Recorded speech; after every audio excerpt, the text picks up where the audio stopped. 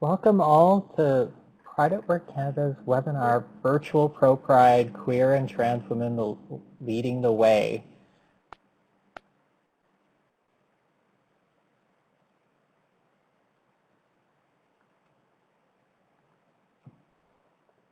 I'm very grateful to be with you all today. My name is Jade Pichette. I'm the Manager of Programs at Pride at Work Canada.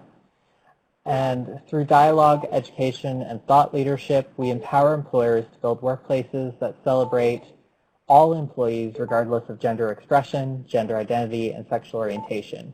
We help create safer, more inclusive workplaces that realize the full potential of all employees and bring down barriers to employment. Our learning, networking, and community events happen across the country, celebrating and connecting the most inclusive Canadian employers. We're very excited to be here during Pride and to be able to celebrate Pride even if it is in this virtual format. And we couldn't do this event today without the collaboration of Catalyst. Catalyst is a global nonprofit working with some of the world's most powerful CEOs and leading companies to help build workplaces that work for women. Founded in 1962, Catalyst drives change with pioneering research, practical tools, and proven solutions to accelerate and advance women into leadership. Because progress for women is progress for everyone. And as we've seen with queer communities, queer women and trans women lead the way.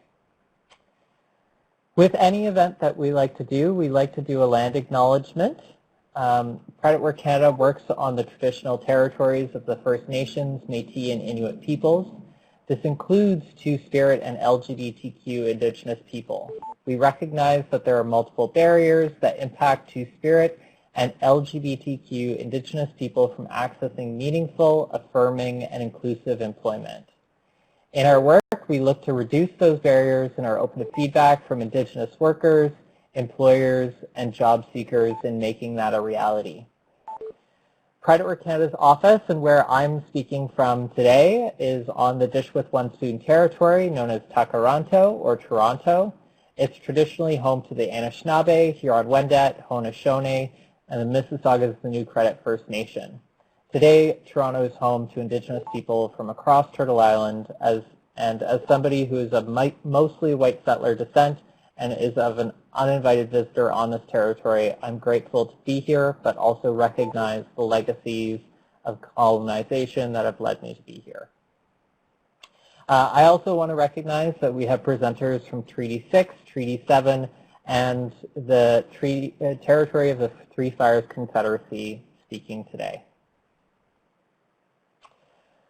We also couldn't have Pride without recognizing the work of Black queer communities in our lives and in the impact of creation of the Pride movement itself. As we see a uprising against police violence, Pride at Work Canada and Catalyst stand in solidarity with Black communities in Canada and across the globe. Pride would not exist without Black LGBTQ2+ communities, and we encourage our network to listen to Black voices. Both Pride at Work Canada and Catalyst have put out letters, so if you want to check those out, please do. And just to make it clear, Black Lives Matter.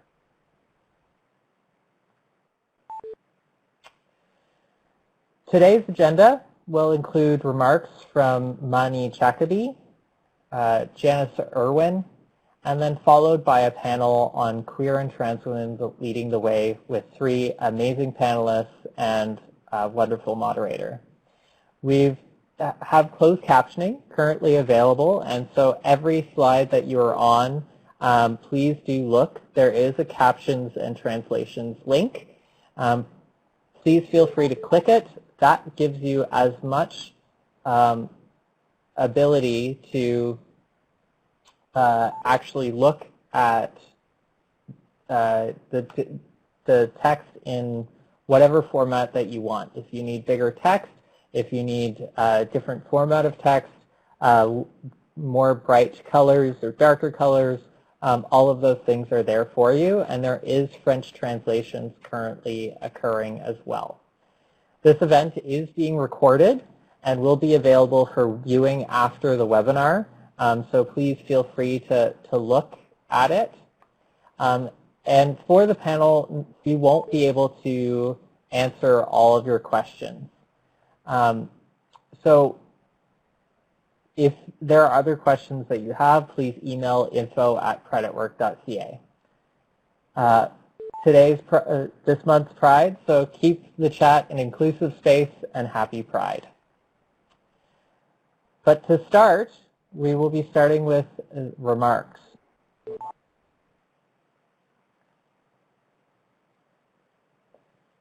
So it is my pleasure and honor to introduce Ma-Nee Chacaby. Ma-Nee Chacaby is a Two-Spirit Ojibwe Cree elder. She uses the term Two-Spirit to mean that she carries both a male and a female spirit inside. Even though two-spirited individuals were important in pre-colonial Indigenous communities, Chacaby received intense backlash when she came out as a lesbian over 30 years ago. Her memoir, A Two-Spirit Journey, details those struggles and how she thrived. In her own words, I want to leave something for my kids, my great-granddaughter and my great-grandsons. I want them to know what I was about, what I was made of, what I stood for, because there is so much violence in the communities up north and around us. I wish more Native women and older women, even the ones that are older than me, could write their story about their life and share it with other people so their kids can grow to understand them and learn from them. We are storytellers. That is our gift. And if they share their real stuff, what really happened in the past, the kids will learn from it. So on that note, I am really grateful to welcome Ma-Nee Chacaby. Please feel free to turn on your camera now. Can you see me? I can see you. Well, welcome. Well, Miigwech, am I ready now? Do I start now? Please go ahead. Okay. Bonjour. Bonjour, Nijiwik. Ma-Nee Chacaby and Dijnikas. And then if you require them doing Jiba. I make them do them. Nija Jaka Equine then on Naki. Nija Manitou in an Indijabimawatu and the Matas win. And then the Kiwi Kwedding Dunji. I think I said that already. My name is Ma-Nee Chacaby. I am a Two-Spirit elder. And I said it twice because there's two ways of saying it. Two-Spirit. I'm a Two-Spirit elder. And then what I wanted to say was I'm a Two-Spirit person. I do the Two-Spirit elder work. And sometimes we use another word called Nija Jijak, that's Two-Spirit. Nija Manitou means two great spirit of that you work with. That's where the two spirit comes from. In my language as Ojibwe. Well, I think what you said there really choked me up in the last few words where I was talking a little bit about my family, and my family right now is in crisis, so, and I'm happy to share my life with you guys. And I'm having not exactly a good perfect day, but it's good enough to be involved in this program. I really love this thing that being Two-Spirit person, I am free. Nobody can make me not be gay or not be anything. Nobody can say to me that I'm not a lesbian because they don't know me. And I am so proud to be who I am. I am proud to be First of all, Missionary Kwe, I am proud to be Indigenous person living in Canada, fighting for my life and fighting for the young people to be recognized as who they are. That's why I do what I am doing, is because I want the young people, the youth, the young kids, the two-spirit people, the people with cross-gender and all the other genders that come along in different ways, whatever they choose their life to be. If that's what they were born with, they should stay that way. Other people should not interfere in their lives. They should be happy they have two-spirit people coming, because it's a gift. It's not just something you mess around with. It's a gift of life that you get, and you get to live it here in Canada, because we were all born that way one time, but also that we were shunned not to be two-spirit way back when the white world started to come into our Canada. Things changed because my grandmother told me so. I was 4 years old when my grandmother told me I was two-spirit and that I had a special life, and my job was to let people know, not to hide themselves who they were. And she also warned me that I was going to have a rough life as I got older and started to accept my own life. And that is true. With everything she said to me happened to me. I came out in 1988, and it was really hard for me to be a lesbian, but also to be two-spirit, because people didn't want me. The first thing that happened to me when I came out was my own people, my First Nations people. They shunned me. They treated me really bad and beat the crap out of me. But I got up again. I just kept on going. And same thing with white people. They beat me up. I got up again. I just kept going. And I've been moving ever since. I keep getting up, no matter how many years it's been in my life where I've been put down because of who I am. Even still today, I don't think 1 week has gone by without being prejudiced from prejudice, whatever, because I'm two-spirit. Sometimes my own people don't want to walk with me because they're afraid they might get my disease, or they are afraid they might become gay, or they are afraid they might be seen with me. But I know that I work with a lot of young people in Thunder Bay and all over the place. And what I wanted to mention actually is racism has never ever stopped. It just slowed down. It was just more silent because people got tired of saying nobody was really listening to us when we complain about racism. And I think I said not 1 week went by yet when I have not been racist by somebody giving me bad comments about who I am, what I am. Actually, there's a guy that's following me for months now. He's trying to get me. I don't know how to describe him, because I tried to say something about him, but nobody was listening to me. He likes to beat the crap out of me. He doesn't think I belong in Thunder Bay and that I'm a bad influence for young people and the youth. That's what he said. You're turning all these young people into gay, he said. I don't know who he is, where he came from, but that's what he was yelling at. I haven't seen him for months now, a couple of months, which is good. Of course, I've been stuck with COVID for months now, so maybe that's why I haven't seen him.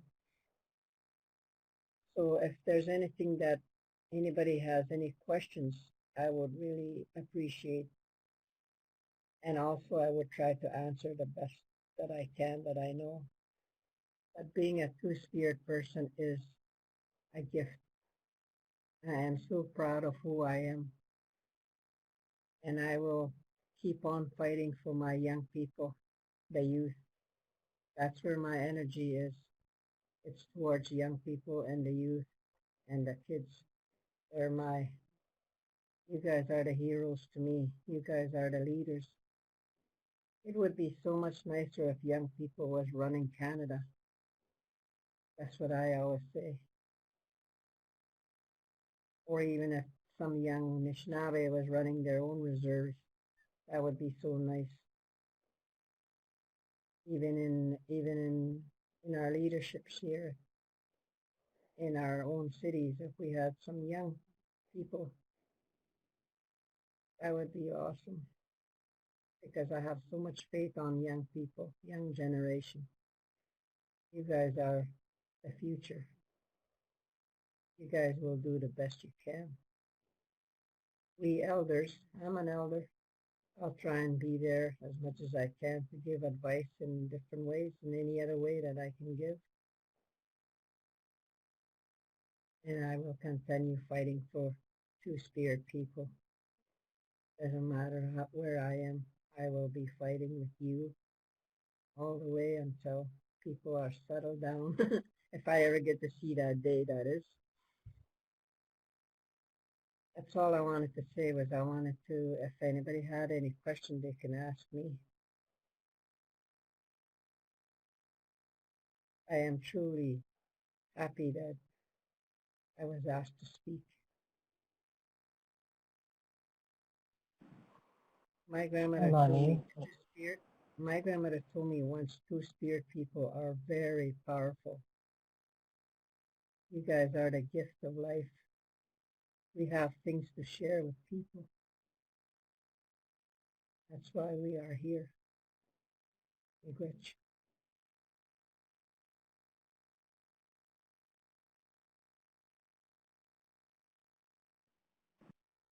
Thank you so much. Maybe we'll take one question and then we'll have to move on. But one question that came up was if you can share more about the gifts that two-spirit people have and what do you see, experience, or maybe even envision in future. Okay. What the gifts two-spirit have is you have to follow the ways of way back in the past. Like in your dreams, in your mind, you have visions. Visions will come to you in your sleep, it all usually happens in your sleep. It'll come to you, you'll get a visitor. Your visitor will be an animal. We don't know which kind of animal. But once you have a visitor, that's who you're going to be dealing with. That's who's going to tell you how to be, who you are going to be, and how to use your gifts. Even when people give you a name giving names, giving colors, giving all that, that is a gift. That is your job to do when you're asked to do something. Being two-spirit, a gift comes from within your heart and mind and soul. The Creator gives you that gift, and the Creator tells you what to do. You don't know when it's going to happen, but that's what it is.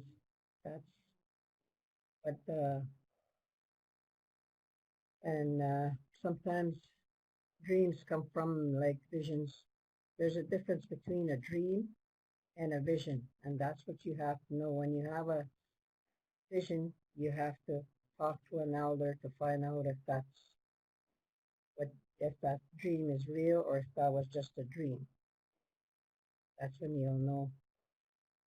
There's gifts like animals do visit you, but that doesn't mean that is your animal. It just means an animal will visit you and talk to you, or a tree or something from not in your apartment. something will happen to you that is very spiritual. That is what your job is to be as a two-spirit person. There are so many gifts. There are so many things for us to learn, like dream speakers. Some people become dream speakers. Some people become the ones that lead the way. They lead the way by leading with an animal that teaches them how to lead the way. There's some people that just stay one place to look after the family or the village. That's your job. That's what a long time ago the spirit people used to believe in that. And the gifts we find, we sometimes will find gifts when we're traveling on the road in a bush. You'll find an eagle feather, or you'll find a certain bone, or you'll find something that's there that you're supposed to pick, and you take it home, you clean it, you worship it, you talk to an elder about it. Those are the gifts. Those are what you're meant to be. That is your power. There's a power within you that needs to be released from you to start sharing with the people. And it's not like you have to have powwow or something. It's not like that. And you don't share those things with many people, just with an elder, then what the elder talks to you about. You got to remember there's elders that are out there that is not real elders. You have to really search in your heart who the real elders are. The ones that are really serious and the ones that really take you for what you are. Other elders will just tell you, oh yeah, that's what you're going to do. And I said, they don't really understand. That's what being an elder is all about. I am an elder. I've been doing this since I was 40 years old, and I'm almost 70. It's a long time job work. I'm just getting to know myself a little bit now. It's a real good job. Thank you.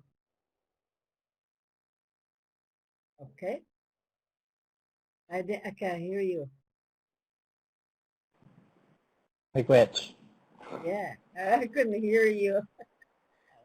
I am very grateful for your sharing with us today and kind of showcasing the importance of actually listening to elders and making sure that you're connecting to others who have already walked certain journeys and walked certain paths and connecting to your roots as well. I'm so grateful that you were able to join us today, and thank you so much, Ma-Nee. Thank you, Miigwech. I hope you guys can fix that little problem and try to put it together when I was talking. Okay. We'll figure it out. Okay. But next, we have joining us Janis Irwin, who is the MLA, Member of Legislative Assembly for Edmonton-Highlands-Norwood, and the Deputy Opposition Whip, Critic, and Status Women on and LGBTQ2S+ issues from Alberta. Janis Irwin was elected to the Legislative Assembly of Alberta as the representative for the constituency of Edmonton-Highlands-Norwood on April 16, 2019. Janis is currently the official opposition deputy whip and critic for women and LGBTQ2S+ issues. Prior to serving as an MLA, Janis devoted over a decade to the field of education, where she worked for Alberta Education as the Senior Manager of Social Studies and then as the Executive Director for high school curriculum. She started her career working in rural Alberta as a high school teacher and then as a vice principal. Janis holds a bachelor's degree in education from the University of Alberta and a master's degree in education from the University of Calgary. Over the years, she's served as a board member for several nonprofit organizations and has volunteered with a number of organizations. Janis enjoys an active lifestyle and spending her spare time running and biking. And she was also listed as some people's inspirational woman at the beginning of this event. So welcome, Janis.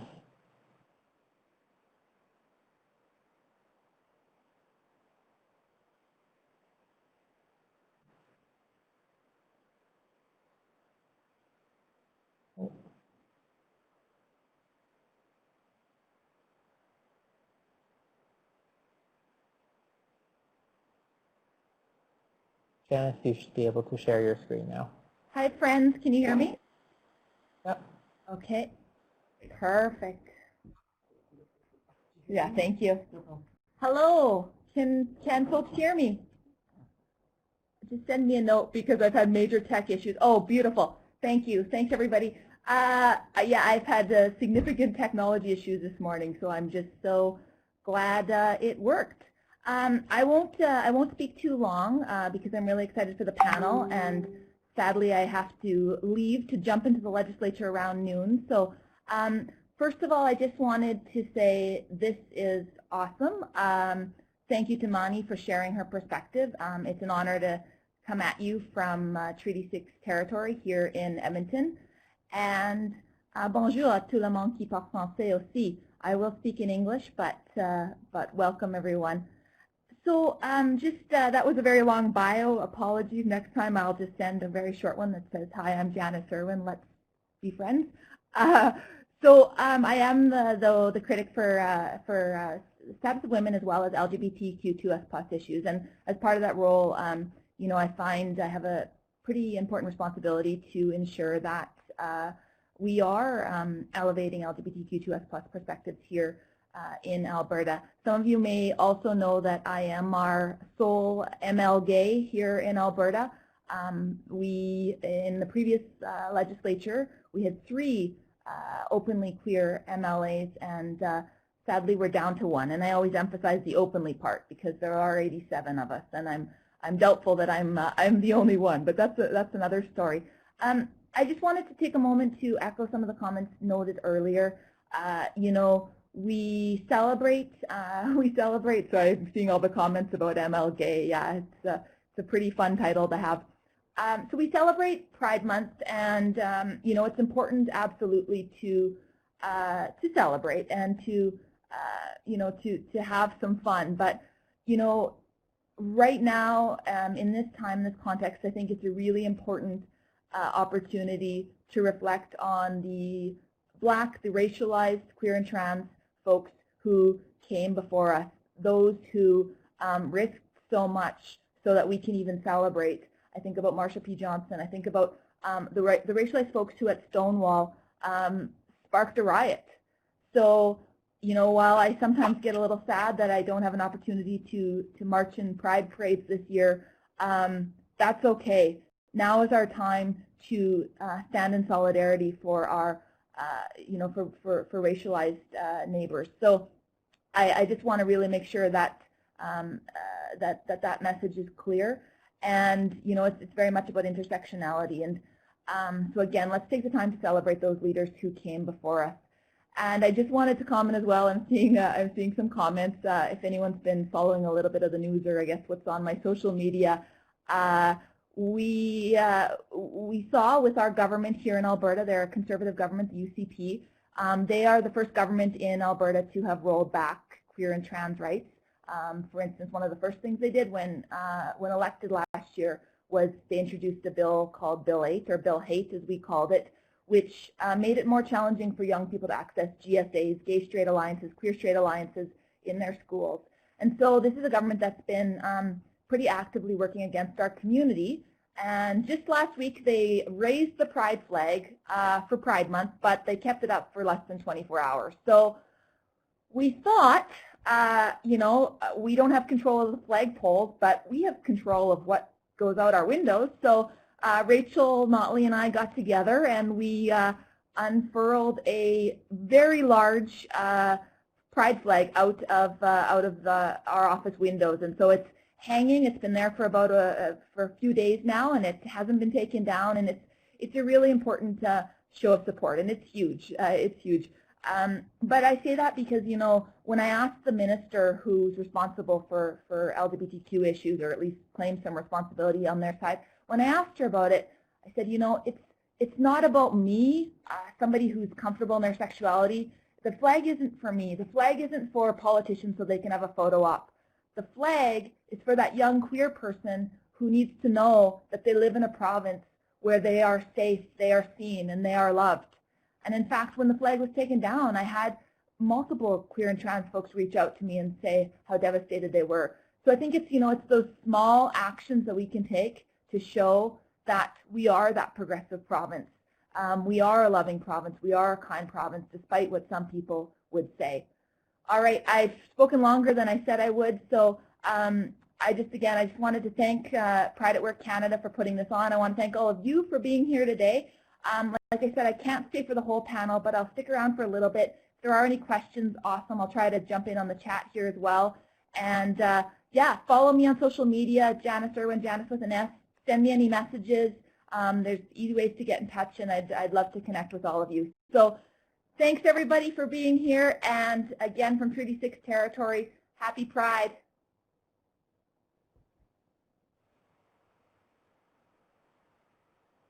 Happy Pride, Janis, and thank you so much for giving us that energy and introduction before the panel.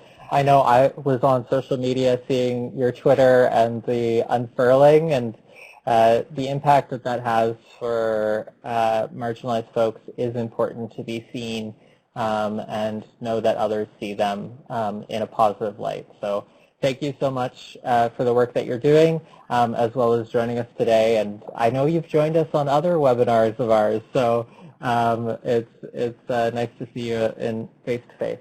Thank you. So at this point, we are moving to the main part of today. I am so grateful for the remarks of Ma-Nee Chacaby as well as Janis Irwin to start us off today and share their wisdom and knowledge. Now we have 4 amazing people who are going to do the same, who are moderated by our wonderful colleague that I've been working with so much over this event, Erin Davis, who's the Director of Corporate Engagement of Western Canada for Catalyst. Erin Davis is a connector, change maker, and builder of inclusive workplace cultures. She recently accepted the role of Director Corporate Engagement Western Canada with Catalyst. Previously, Erin was the Director Global Total Engagement at Stantec and led their global inclusion strategy, which I might add included Edmonton ProPride last year. Erin was honored to receive both the Canadian Centre for Diversity and Inclusion Award as D&I Practitioner of the Year in Western Canada, as well as the Catalyst Canada Honours Award in the Emerging Leadership category for her work in the diversity and inclusion space in 2018. Outside of her organization, she is the chair of the Edmonton Business Diversity Network and founding member of Works for Women and the Sea Retreat, a boutique-style conference that brings together professional women leaders to conquer challenges, cultivate change, and create community. Erin lives in Edmonton with her 2 amazing children and also works to teach them about a world where inclusion truly matters. Welcome, Erin. Thank you, Jade, and hello, everyone. I'm going to introduce quickly our amazing panelists, and then we will get right into some prepared questions that we want to ask the panelists, and then hopefully we'll have a few minutes at the end of our panel today to take questions from our audience. So thank you, everyone, for being here. I am going to first introduce Elise. Elise Ahenkorah is a founder and inclusion strategist with Inclusion Factor. Elise is an award-winning entrepreneur, speaker, and inclusion associate. She is educated in law and justice, international relations, change management, and is currently pursuing her MBA. She is also an alumni from Cornell University's coveted Diversity and Inclusion Strategic Planning Program. As principal and inclusion strategist for Inclusion Factor, she designs data-driven strategies to build inclusive workplaces and communities for public and private sector-based clients across North America and the UK. She also serves as diversity and the Diversity and Inclusion Specialist for Sobeys, one of Canada's leading food retailers. Elise is actively involved in the community, serving as Alberta's first Black Pride executive in her past role as Vice President of Calgary Pride and currently as the founder of #SheMeets, Alberta's first entrepreneurial training program to support the success of women of color, entrepreneurs and innovators through mentorship, workshops, community connections, and knowledge sharing. Elise's innovative EDI, so equity, diversity, and inclusion strategies and community contributions have been recognized by the Canadian Centre for Diversity and Inclusion as the 2019 Community Contributor Award recipient and by the University of Calgary as with the 2020 Diversity Days Staff Excellence Award. So welcome, Elise. Next, I want to introduce Sithara Fernando.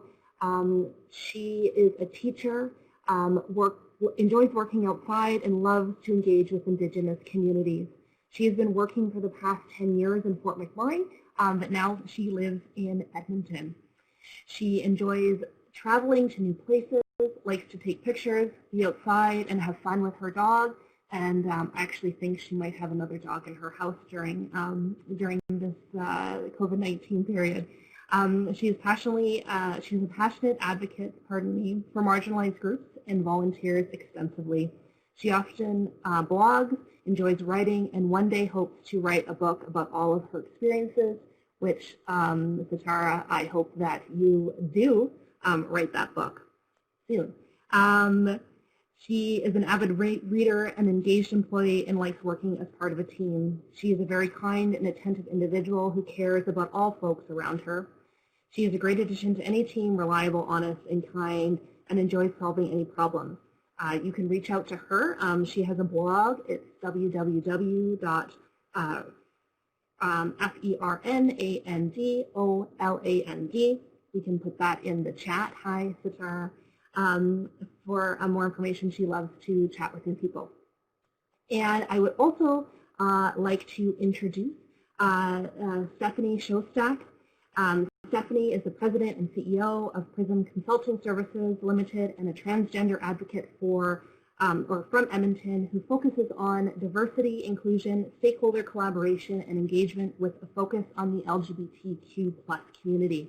Stephanie is also a director and board member and current treasurer of the Trans Equality Society of Alberta and was also a co-chair of the 2019 Canadian Professional Association for Transgendered Health, CPAth, conference in Montreal.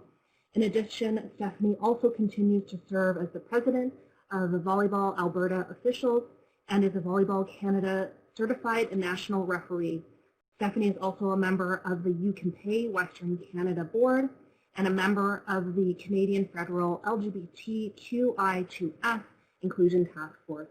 When Stephanie came out with her transition as the privacy manager at Alberta Health, she was the first manager to do so within the government of Alberta. Stephanie has returned as a senior information and privacy manager with the Compliance and Special Investigations team within the Office of the Information and Privacy Commissioner of Alberta, where she which is an office, of the Alberta Legislature. So welcome to all of our panelists. I'm so excited for you to be here, and a couple opening quick remarks from myself. So today we will be celebrating your outstanding accomplishments, which we all just heard of. Amazing. So happy that you are here with us as queer and trans women. And we thank you for being willing to share and acknowledge your expertise with all of us on the call today. And we know that every day you drive change in the workplaces that you are in and across the world. For our audience, we will dive into the questions and focus on bringing to light the many ways that queer and trans women are instigators of innovation and champions of inclusion. As we listen to our panelists' stories and experiences, we hope to advocate more champions and allies during our call today. Quickly, I said in terms of logistics, you can put your questions in the chat box and we will work really hard to answer those before the end of the call today, and if not, we'll definitely follow up. So as Jade alluded to in my bio, I've worked in the equity, diversity, and inclusion space for quite some time, and I've had the opportunity to hear many personal stories from employees that I've worked with. But I know that work within the social justice and advocacy space is not for everyone, and truthfully not for the faint of heart. Directing this question to Elise first, and then we'll hear from our other panelists. Elise, what drew you to this work in the equity, diversity, and inclusion space, and what fueled your own advocacy for a more inclusive? Just to confirm, can you hear me? Perfect. So thank you for having me here. I'm so excited to be a part of this panel. To answer your question, what inspired me to get into diversity, inclusion, as well as to openly advocate for queer rights was as a child and a teen. It was very rare to see a Black female bisexual voice in media, business, politics at all. And I still feel the same as a woman, professional, consultant, board member, founder. It's still very rare to walk into the room and to see someone that looks like me or a queer person of color at the table or in the room.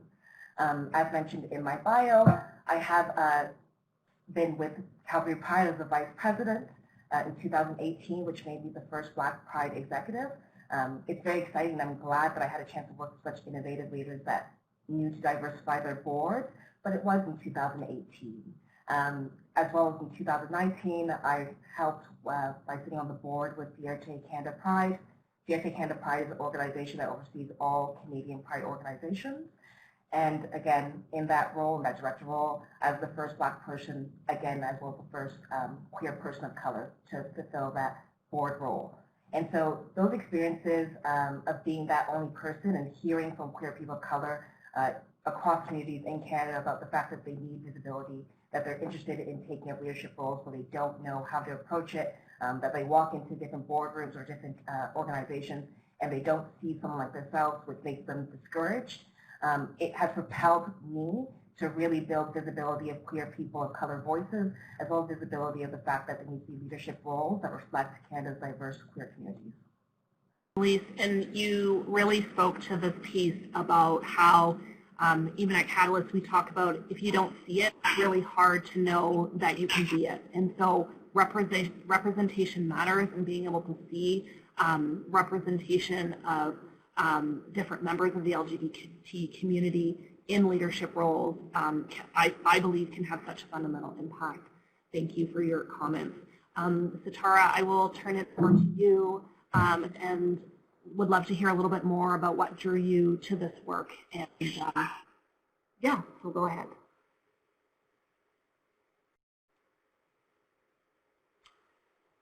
I believe you're still on mute. Okay, I'm no longer muted. There we go.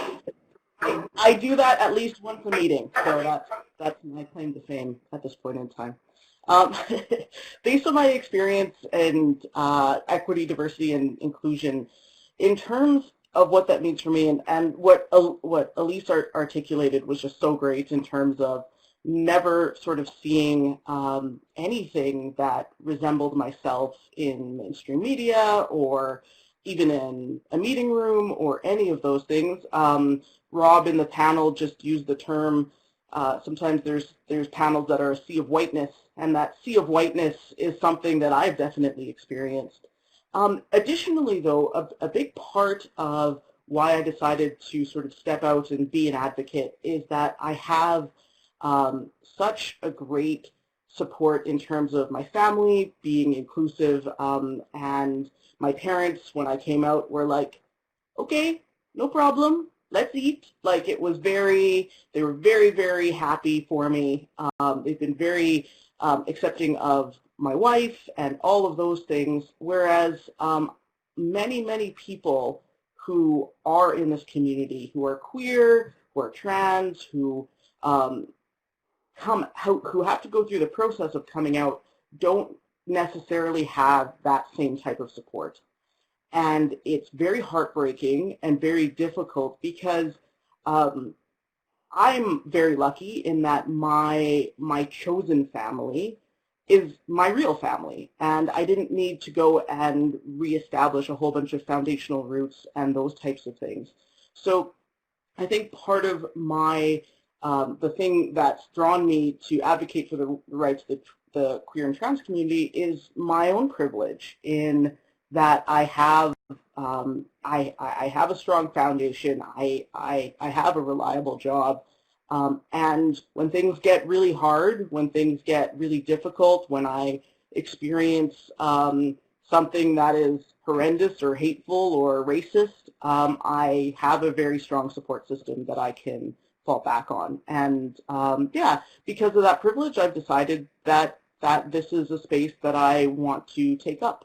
And it's been really empowering, and it's a great place to be. And probably one of the best things about this role is to see other folks of South Asian descent, my family's from Sri Lanka, come up to me and be like, you know what, I was gay, or I'm gay, and I didn't know how to tell my parents, so I just sent them the little clips of the wedding video that you posted on your website, and was like, see, other people, it's okay, look at this family, they're all right. And so that's one of those things that that just makes me really proud to occupy this space. That's so beautiful. Thank you for sharing that with us. And you know, I've heard stories from folks that don't have that experience, where their chosen family is the family that they is also their direct family, and so to have that and be able to share that with others is so great. You know, Stephanie, I will throw the question to you, and we would love to hear, you know, what has been your motivation within this space and to advocate for the rights of LGBT and members of that community. If you want to share a little bit more with us on that. Thank you, Erin, and good morning and good afternoon to everyone. I'm really honored and privileged to be here today to be part of this panel, and I'm really thankful that you've asked the question. As both of the other two panelists have spoken about, it's something that they've really encountered, and that's what's really happened to me. It wasn't something that I sought out to do, it just kind of happened. When I transitioned, and it's hard to believe that the process started almost 8 years ago, I was totally scared. Transitioning in a very conservative province where we didn't have a lot of protections in place, and working in the provincial government, I didn't know what to expect. And then doing some research on my own and speaking with HR, found out that I was the first person to go down this path in almost 8 years. It was scary. So we tried to find some old information on the previous individual that had gone through this journey, and lo and behold, nothing could be found. So we ended up rewriting everything from ground zero, working forward to what does a plan look like, and working diligently with the HR department for almost a year. We came up with a plan that seemed to work well for my journey, and then it was so well appreciated by HR in that department that they took it to corporate HR and made it available to across the entire GOA and to Alberta Health Services. So by default, I ended up helping others, but it wasn't something that I'd really planned on. Thank you, Stephanie, and thank you for being a trailblazer and doing that work. And it's interesting how it was work that you just had to do because that was the path that you were on, but so grateful that now you're able to help others who are going to be in a potentially similar experience and making that process easier. And I sit here as someone who is an ally and continually learning, and I think that's part of the journey too, right? It's being open to learning new things and, breaking down some past processes and making them more inclusive for all employees. So thank you again for the work that you're doing in this space. So now taking the time and an opportunity to dive a little bit deeper, Stephanie, I will throw it back to you and get your thoughts on this. But building off of that advocacy, what have been your lessons of the impact of lesbophobia, biphobia, misogyny, and transmisogyny in the workplace? What have you seen work in terms of policy changes? what have you not seen work in terms of potentially behaviors that you've experienced and witnessed in the workplace?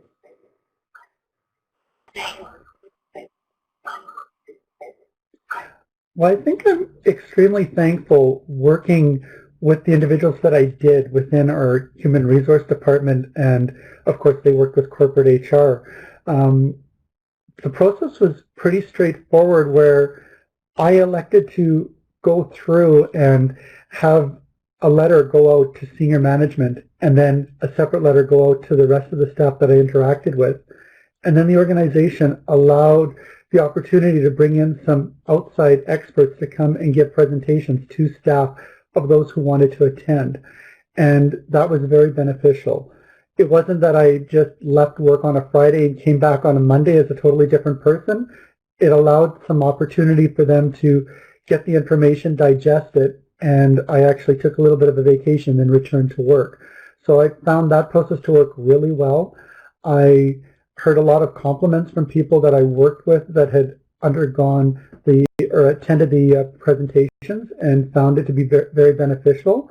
And that really opened up the door, and it really showed that even though we were in a conservative province, a very strong conservative province at that point in 2013, that people were really embracing the inclusion and diversity, even though you didn't see it widespread throughout the GOA at the time, like it came to light with the previous government that we had in the province. But it's there, and people within the GOA are very respectful, and they definitely embrace diversity and inclusion in the workplace. You know, and I think this is a reminder about why the work that we do in the equity, diversity, and inclusion space includes that inclusion piece, right? It includes the culture that we're building and what values we honor as an organization, and what we want, how we want our employees to interact with one another. And so I think these are the lessons that we need to share across all organizations, so that we can have that experience for everybody in that sense of inclusion. Elise, I'm going to throw it over to you. You know, and what have you seen work and not work when it comes to aversion towards the LGBT community? You know, and I would love to hear your thoughts on how we better understand the impact of exclusion when we're talking about the LGBT community in the workplace. For sure. I'm going to start with the impact that would have on the individual to be excluded, the impact it would have on the organization, and then best practices and things I've seen really work. So just starting from the impact it would have on the individual to be isolated and excluded, it creates significant psychological, emotional, physical trauma and impacts to you. It can allow an individual to feel further isolated, secluded, which will ultimately make them feel sad, upset, angry, irritable, leading to depression. In most cases, given that it's a negative experience, most employees that are marginalized will leave an organization. Now, as an organization, there's a detrimental impact there. We're seeing time and time again, I'm just going to note that McKinsey 2018, I believe, Why Diversity Matters report of the correlation of diverse and inclusive teams being profitable and innovative teams. So for an organization to leave or to have employees take their diverse ideas, contributions, values will absolutely impact your your objectives, as well as the goals that you may have for your organization. And so it's twofold there. And it's really the thing, at least in my experience, I really do try to impress upon organizations the importance beyond a moralistic standpoint of why it's important to have diverse and inclusive teams. And the things that I've seen really, really well is developing formal policies. Organizations that set up formal policies that clearly state what's acceptable behavior tends to go well with people, because one, it gives them clarity about what's acceptable, and it's very clear and it's stated in writing as a point of reference. Another thing I've seen work is organizations creating a quick, whether it be a mission statement or some type of statement about the why we're being inclusive and how we're doing it. That I find, for people that are not EDI experts, it gives them a frame, a point of view at least, about why it's important, and also it equips people that maybe are not as experts in the equity, diversity, and inclusion with kind of key messages about what they could say to marginalized employees or diverse employees that's appropriate and acceptable. Another thing that's definitely worked is EDI training. Please do not put the onus of educating your organization on the backs of your queer employees. It's exhausting. It could be very frustrating to be someone's teachable lesson consistently. So again, seeing individuals and organizations bring in EDI consultants to educate their employees, as well as people leaders who have a definite impact on how employees' experiences are in the workplace, has been absolutely beneficial. And then, of course, reinforcing that training with toolkits. Training's great, but it's really good to equip your people, managers, your leaders, people across the organization with tools that they could understand what is acceptable behaviors and actions in an inclusive way that I could do on an everyday basis. And last but not least, the most impactful thing that I've seen go really well is action-oriented ERGs, employee resource groups. So employee resource groups are typically a safe space for diverse employees to network, socialize, whatever it may be. The most impactful employee resource groups I've seen are ones that transition from a social lens to an action-oriented think tank type of group, where they come together, share their experiences, and then provide very actionable items for the organization to create an inclusive workplace. I hope everyone was taking notes, because that was so awesome. Because exactly, like, this is, you know, the reminder that this is a journey. I think it's so important to articulate that fact that, you know, through an employee resource group, sure, you can bring together allies and members of the LGBT community, and they can be a part of the education and awareness, but it's not only solely on them to be responsible for that, right? It's part of the bigger mission of the organization, and understanding that this education and awareness is really important. And I think as we, you know, live in this world where there's a lot of crisis right now, there's been a lot of conversation as well in terms of, well, do Black employees have to take on the burden to educate and share the history? Well, no, that's not their responsibility. Sure, you can share a personal story 100%.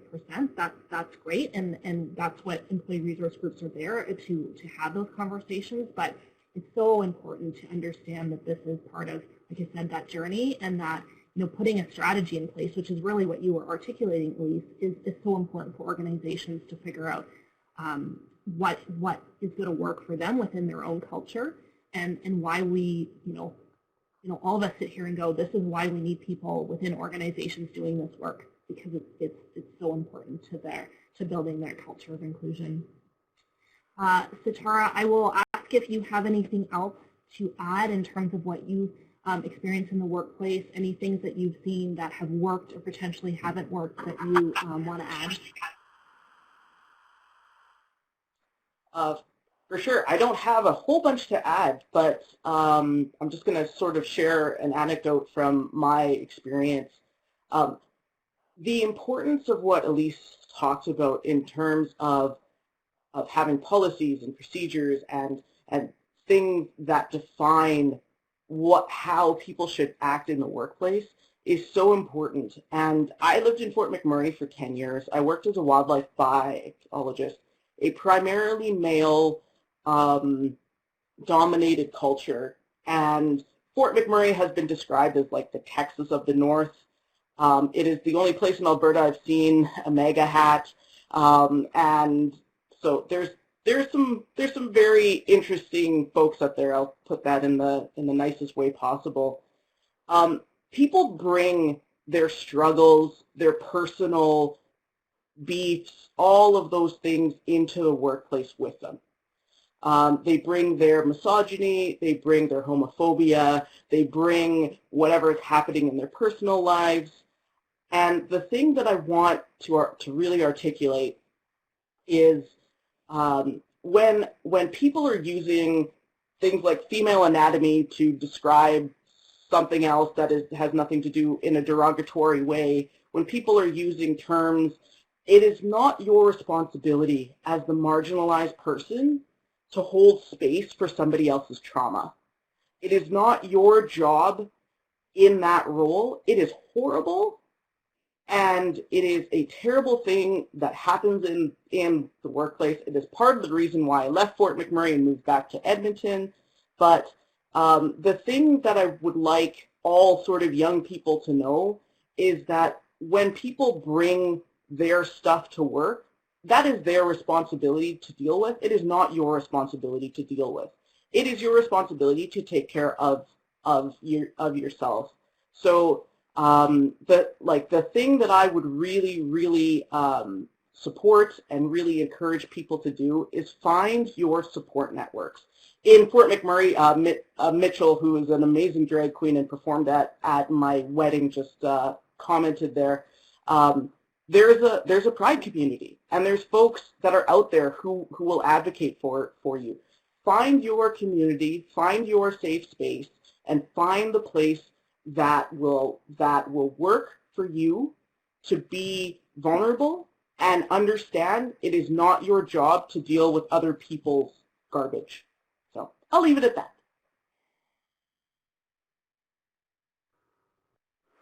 Coming off mute. Thank you. Exactly. You don't have to deal with other people's garbage. Direct quote. So I'm watching the clock because I know we want to leave.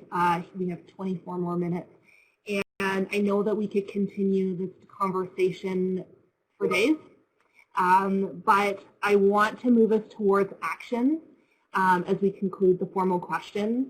I've seen a lot of progress in this space. You know, I've also worked for inclusive organizations, and some of the things that I've seen show up as you know, allies and members of the LGBT community start to create more awareness. I've seen, so some of those examples are the use of pronouns in emails. Now that we're in a virtual world, we are now starting to see, which is great, the use of pronouns through the video conferencing. We've seen the rising of pride flags twice in Alberta to celebrate Pride this month, which is amazing. The use of safe space stickers or pride flags in offices, and of course, you know, attending Pride parades in the past. But the point of what I'm trying to make here, and Stephanie, I'm going to throw the question to you first, is what advice can you share in terms of ways to be more inclusive? This question is targeted to both members of the LGBT community and allies. So how can we all continue within this journey towards inclusion, and how can we extend our advocacy to 365 days a year?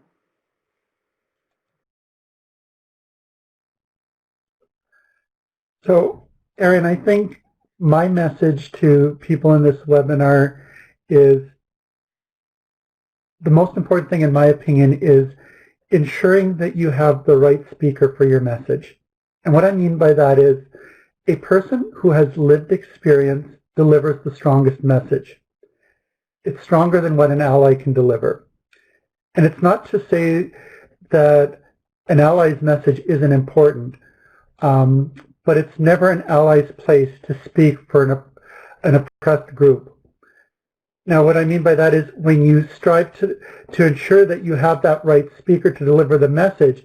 For example, if the government is tabling a bill regarding transgender rights, strive to have somebody that's transgender from the community speak to it rather than an ally who is cisgender. And I'm not saying that you totally discount that ally, but the ally is there to amplify the voices of those that are oppressed, in this case being the trans community. They can use the privilege that they have to raise the voices of the trans community, as well as calling out the privilege of those who oppress us. In essence, they're there to challenge stereotypes and not to be that silent bystander, but they shouldn't be the primary spokesperson for that group that is oppressed. Awesome point, and I think, you know, maybe worth articulating what it means to be an ally, right? And affirming the experiences of the LGBT community, but not speaking on their behalf. And you know, and I think you've hit the nail on the head when you say, like, it's your personal experience. So If you are not gay but part of the LGBT community, you cannot speak on behalf of that part of the community either, right? And this is where storytelling is so important. And again, I'm thanking the three of you for being here to share part of your journey and your story, because through these stories and through these awareness, we gain a better understanding, and we get a better knowledge base for the work that we still need to do. I will throw it over to Sithara to get your thoughts on, how can we be better allies 365 days of the year, either, as part of the LGBT community or not. For sure. I think for myself, sort of a turning point in my life was when I realized that that allyship and inclusion and diversity don't come from a place of scarcity. And I think one of the things that happens is often in workplaces, it's we don't have enough time for this. This is more training. We don't have the resources. And the reality is that diversity and inclusion leads to so much prosperity within your workplaces. When you have a workplace that is empathetic, that is listening, that is inclusive, you have employees that are happy to be there. You have people who want to give more and to make what they are doing and contribute to it in a much different, more engaged way. And I think that even within our culture, as like most of the time I wake up in the morning and I think, oh man, I didn't get enough sleep. I didn't do enough work when I go to bed. I didn't and the message you can send is when you flip that around and say, you know what, this is enough. We are enough. We can do this. We are not limited by a whole bunch of things. That we can make this happen, right? The moment you put limits on what you think is possible, you will push whatever to that limit and say, you know what, oh wow, good, look, everybody did their online diversity and inclusion training, we must be diverse and inclusive, and then all of a sudden all of your people of color are no longer with your organization because they left, right? This comes from a place of prosperity. So having a mindset of this is something that is going to breathe life into our organization. This is something that is going to breathe life into our communities. This is something where once we are past the initial pain of trying to sort this out, the gifts that come back are absolutely amazing. So focus on prosperity and not on scarcity. Thank you. Sage words as we sort of plant the seed on having that growth mindset, right? And remain open to different experiences and hearing those stories. Elise, I'm going to throw it over to you and maybe add a little bit on from a question that we've gotten from the audience. The specific question is, do you have any advice for an employee on how to approach an employer who uses a rainbow logo on external communications in June, but does nothing internally or externally for Pride or the queer community? So, if you have anything else to add from that perspective, would love to hear your thoughts. I would suggest if they come start speaking to their people manager about advising what ways they could encourage LGBTQ inclusion all year round. And there's business cases that are available online for this. There's examples. I'd encourage them, if it is an organization, to demonstrate that their partners, people within their industry, leaders within the business context or within the organization are implementing similar initiatives and how they could do the same. But I think the first point is speaking to your leader and saying that just to inform your EDI and your Pride Month initiatives, I believe that we could be expanding our efforts year-round by doing these things. And of course, I really caution the fact that you feel comfortable speaking to your people manager about that. Mentioning, just adding back to kind of what was the conversation before going to that question, I also think something tangible that some people can do after this event or during this event is just broadening your point of perspective, and that could be through social media, that could be through LinkedIn, Instagram, Instagram, Facebook, TikTok, whatever the kids are doing nowadays, to really encourage and see different lived experiences that are outside your own. I think if you want to be an ally, you want to try and support queer people that are outside of your own lived experience, you have to listen and understand what those lived experiences are. And then, of course, understand that if you're seeing one Black queer person speaking about an experience, realize that even within the Black queer community, there is a multitude of experiences that each person experiences. So one, diversify your feed, don't get crafty. Given what we're seeing right now in the world, there's a lot of lists that have been published about intersectional queer voices that you could follow to broaden your point of view and your perspective.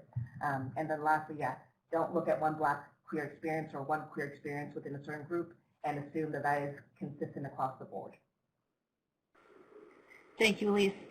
So there's some questions coming through in the Q&A, and I really sort of equate them to how do you get started? How do you continue this journey? How do you raise awareness? And I'll just share quickly from my experience in organizations that I've worked with. Again, back to it's a journey, right? And it starts with one conversation and raising awareness to say we need to do more. It's figuring out, like you said, the right person to speak to within the organization to start building that strategy and that plan. It's about connecting to others within the organizations to ensure that the strategy you want to move forward with is going to work within the organization. My advice sometimes is really simple on this in terms of it's time and energy. So are you willing to put in the time and energy to do better and start to create that change? I'm looking at the clock, and I want to make sure that we do end on time. We have about 13 minutes left. Maybe we'll turn our attention to the hard question, but the one I think people will appreciate leaving with.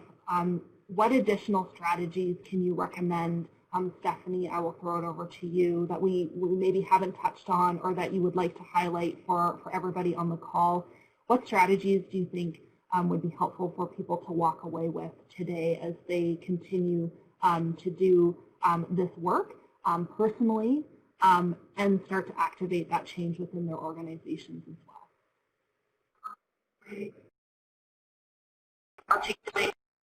Well, I think besides what's already been mentioned, you can be part of that group of allyship within the community.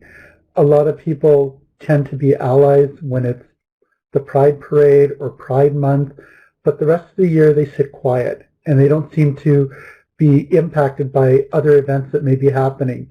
There may be changes to legislation, like Janis said in her opening remarks, regarding changes to GSAs that impact students and things like that.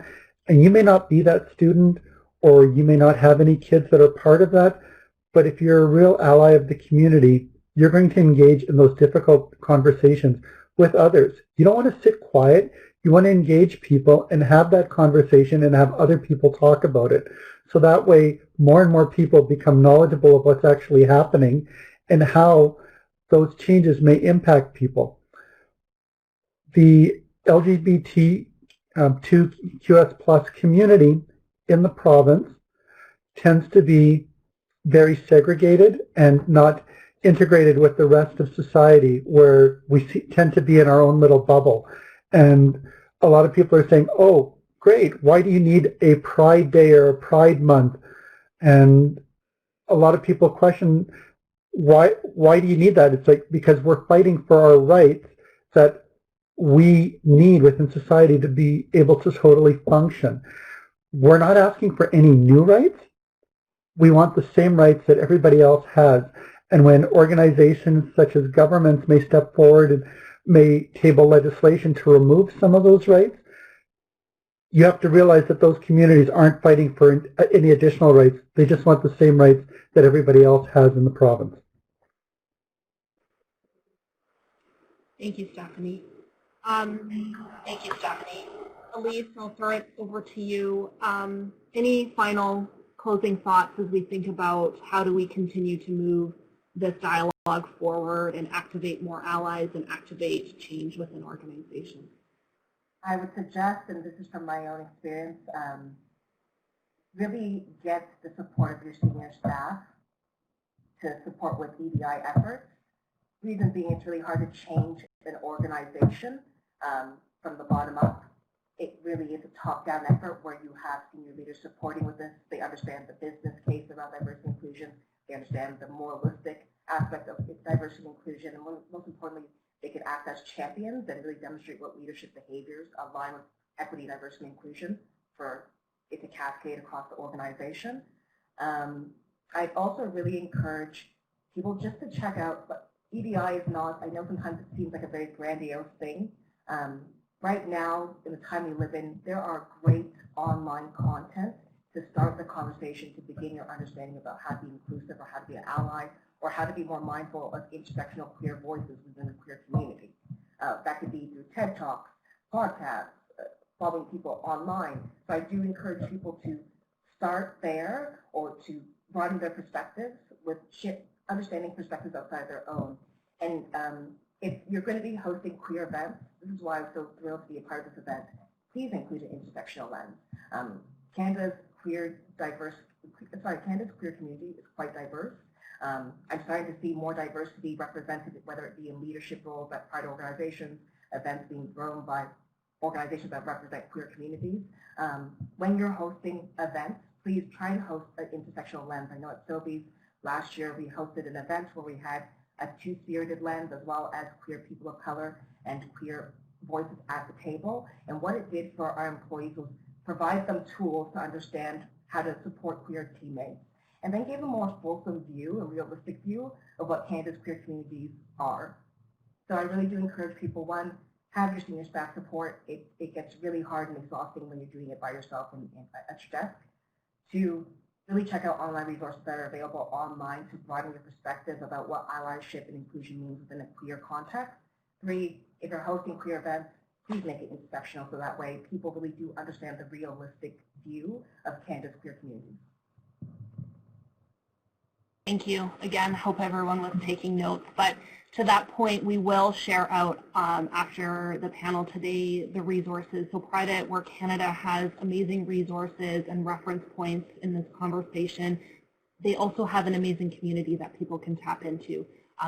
Catalyst also has resources thinking about that lens of intersection and how can we ensure that as many voices as possible are heard and represented as part of the conversation.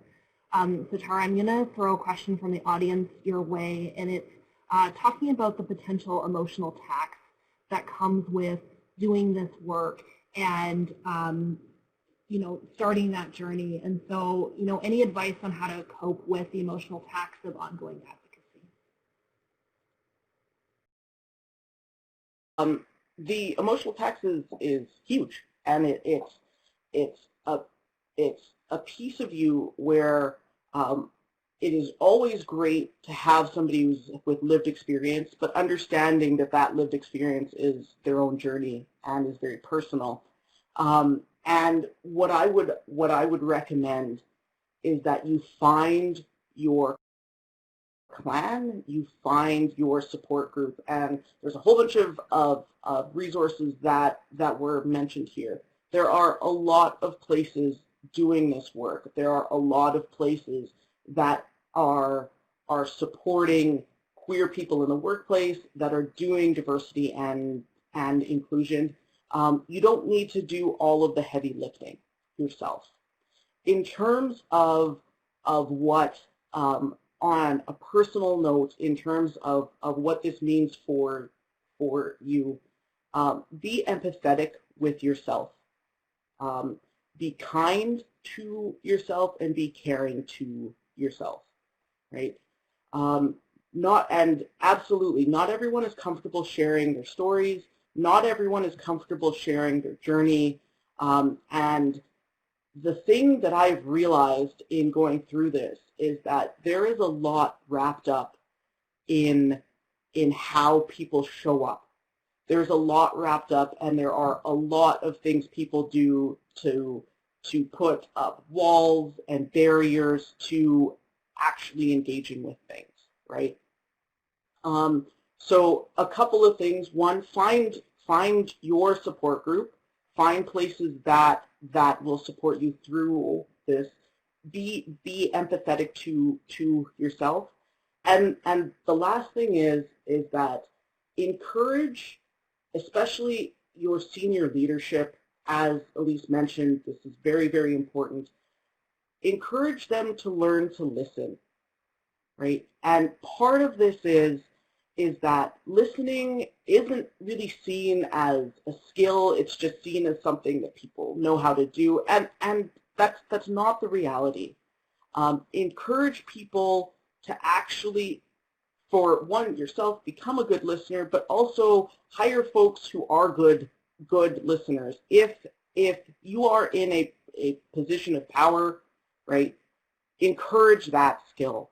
But most of all, if this is something you are struggling with, there's a whole bunch of resources here. Please reach out to me. I'm very, very happy to always talk about these things. But most of all, be kind to yourselves through this journey. It is difficult, but it is worth it.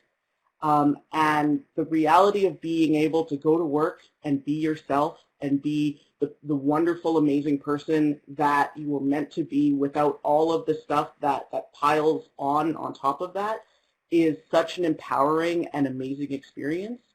And people are going to love to see that, and you are going to love yourself. And that is ultimately what we are here for in terms of Pride, is being able to love yourself as you are exactly who the person you are meant to be. So yeah, thank you so much. Sithara, I don't think I could have said it any better than you, so I will not try. Be kind to yourself. This is an emotional time that we are all living through, and so what amazing words to close us out with as I turn it over to Jade to close out the panel. Thank you to all of you for being here and being part of the conversation and being a resource and saying that you're willing to continue that conversation. It's no small feat to have these conversations some days, so I thank you so much. And Jade, I will turn it back to you.